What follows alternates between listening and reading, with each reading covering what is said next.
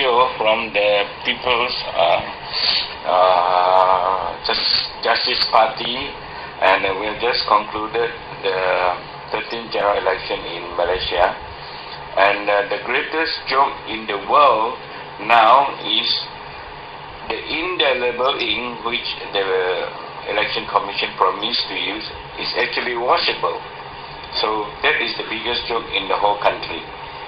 3 days before the election, the army and the police had an early voting, and everybody coming out from the election, the police and the military, washed their hands, and within 5 minutes the ink was washed off. And we complained to the election commission, but they didn't bother, and they continue to use the same ink. So indelible ink in Malaysia is washable ink.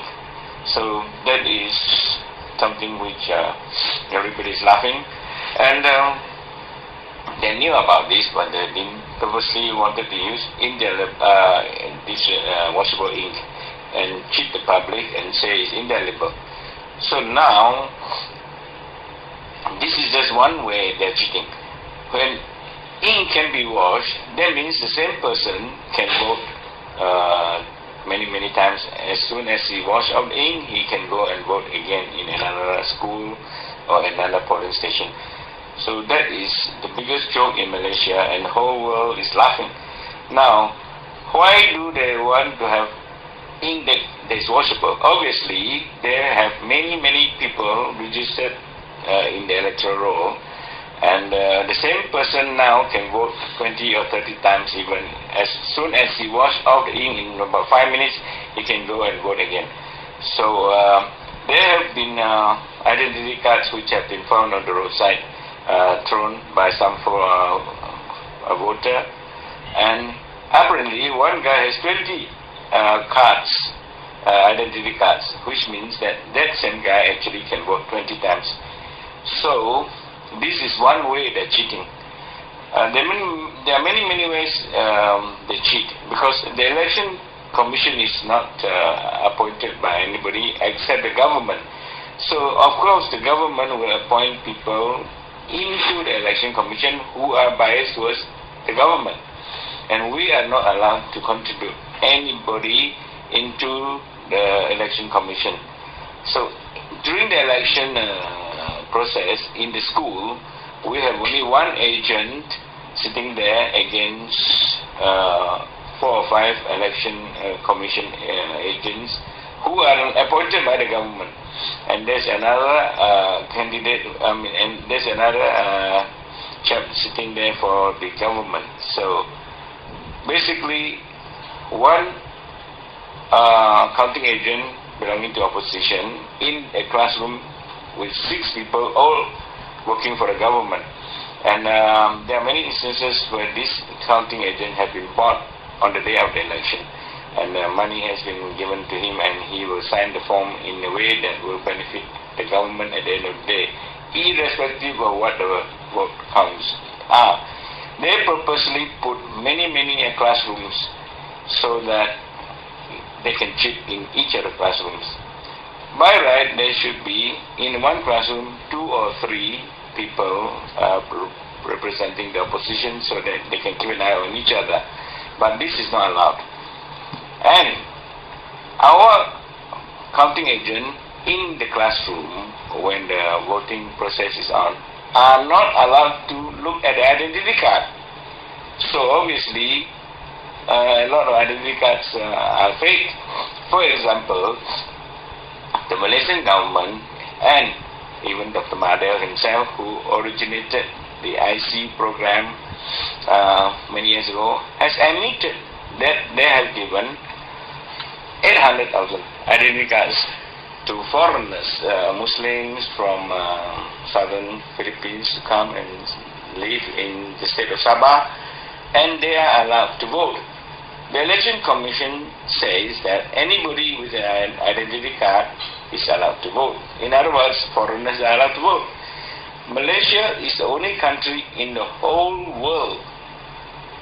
800,000 foreigners are given identity cards, and their names are listed in the electoral roll. They have to join the UMNO, the government, United Malaysian Organization. This is the government ruling coalition. They have to join the party in order to get the card, and they are supposed to be loyal to the UMNO, which is ruling, the main ruling coalition in the government.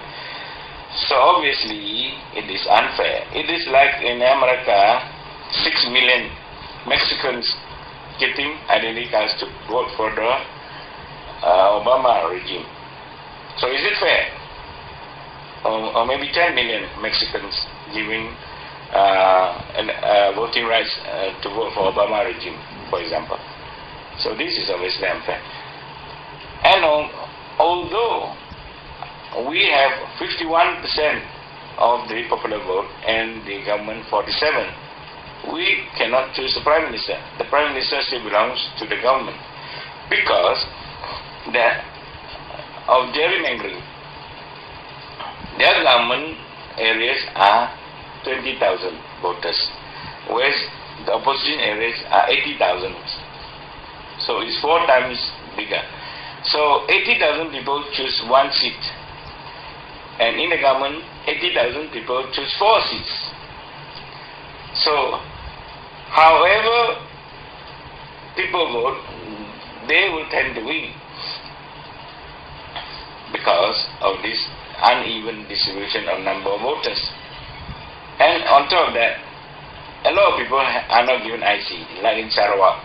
They are not given identity cards because they are rural people, they are anti-government, their land have been taken, dams have been built in their place to flood their farmlands. So these people are purposely not given identity cards, and therefore they cannot vote against the government. So the government basically select who to give identity cards and who not to give identity cards in order to skew the election. On top of that, before the election, the government gives out 500 Malaysian ringgit to everybody who they want to buy the vote from, particularly the natives, because these people are poor and $500 ringgit means a lot to them.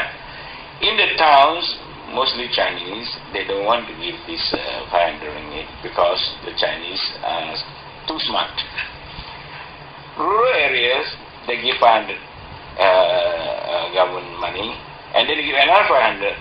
So in the family, they can get a few thousand ringgit. And they're given laptops before the election. And now they promise that if they win, they'll give another 1,200 ringgit to everybody who they think vote for them. So this massive buying of votes costing billions of ringgit has actually depleted our government treasury. And our government now is in a state of maximum indebtment. We owe 550 billion US dollars. Instead of having credit, we're having deficit. And this giving out money is the most irresponsible way of buying votes in Malaysia.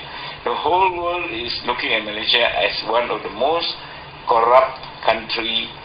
The regime is corrupt, the government is corrupt, and nobody apparently is able to change the government. They have been there for 50 years. They will cheat again in the next election and the next election. And father will be Prime Minister, son Prime Minister. And another one, our President Prime Minister Najib.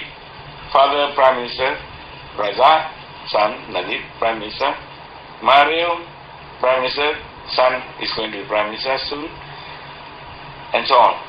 So this kind of monopoly is